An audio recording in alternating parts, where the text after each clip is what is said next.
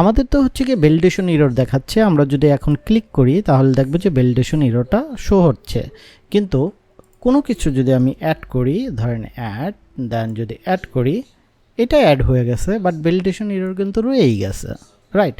কারণ হচ্ছে কি ভ্যালিডেশন এরর রয়ে গেছে, আমরা হচ্ছে কি এররস যেই অ্যারেটা আছে এই অ্যারের ভিতরে হচ্ছে কি ডাটা পুশ করছি, বাট এই অ্যারে তো কখনো হচ্ছে কি আমরা ব্ল্যাঙ্ক করি নাই। তো এই জন্য হচ্ছে কি প্রতিটা স্টেটেই সে হচ্ছে কি ভ্যালিডেশন এররটা শো করতেছে, বাট এটা তো প্রবলেম, রাইট? সো এইটার জন্য আমরা যেটা করতে পারি, আমাদের যখনই এই জায়গার মধ্যে কোনো কিছু হচ্ছে গিয়ে টাইপ করা হবে তখন হচ্ছে গিয়ে আমরা কোনো একটা ফাংশন ফায়ার করে এটাকে হচ্ছে গিয়ে ক্লিয়ার করে দিতে পারি, রাইট? সো এই জন্য আমরা হচ্ছে গিয়ে এই জায়গার ভিতরে চলে আসতে পারি, এবং এইটা যেহেতু হচ্ছে গিয়ে আমাদের ইনপুট, সো আমরা এই জায়গার ভিতরে একটা ইনপুট নিতে পারি, এটা জাভা স্ক্রিপ্টের। সো তারপরে হচ্ছে গিয়ে আমরা একটা ফাংশন লিখতে পারি যে হ্যান্ডেল ধরেন চেঞ্জ, এই নামে হচ্ছে কি আমি একটা ফাংশন লিখলাম আর কি।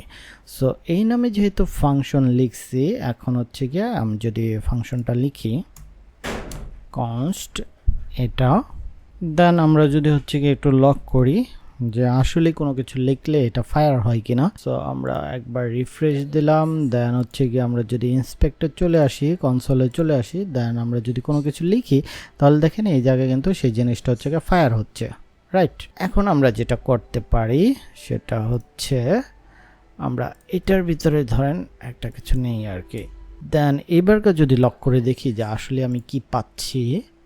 সো এটা যদি দেই তাহলে হচ্ছে গিয়া ইভেন্টটা আমি দেখতেছি, এবং ইভেন্টের ভিতরে হচ্ছে গিয়ে data, right?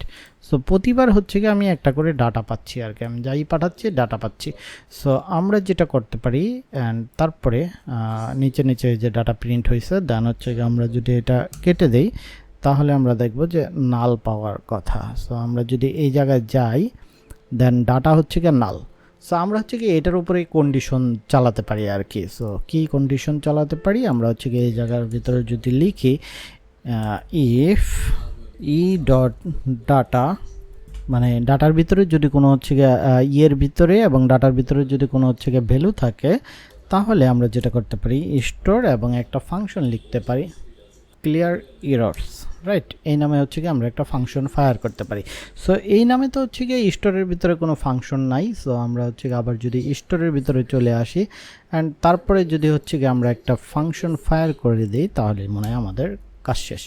So clear store এটা, দেন আমরা যদি এই জায়গায় আসি এটা, তো জাস্ট এই ফাংশনের কাজ হচ্ছে গিয়ে আমাদের যে ইররটা আছে সেটা হচ্ছে গিয়ে ক্লিয়ার করে দেবে। সো এই জায়গায় আসলো এটা। সো আমরা যদি জাস্ট আগের পূর্বের পর্যায়ে নিয়ে আসলাম আর কি, আমাদের যেহেতু আগে একটা অ্যারে রিটার্ন করতো, আমি জাস্ট এই জায়গার ভিতরে একটা অ্যারে দিয়ে দিছি। দেন এবারকে যদি আমরা আবার একটু দেখি যে আমাদের ভ্যালিডেশন এররটা চলে যায় কিনা। সো আমরা কোনো কিছু দিলাম না, একটা কিছু সাবমিট করলাম, দেন আমরা যদি কোনো কিছু টাইপ করি তাহলে দেখবেন সাথে সাথে ভ্যালিডেশন এররটা চলে গেছে।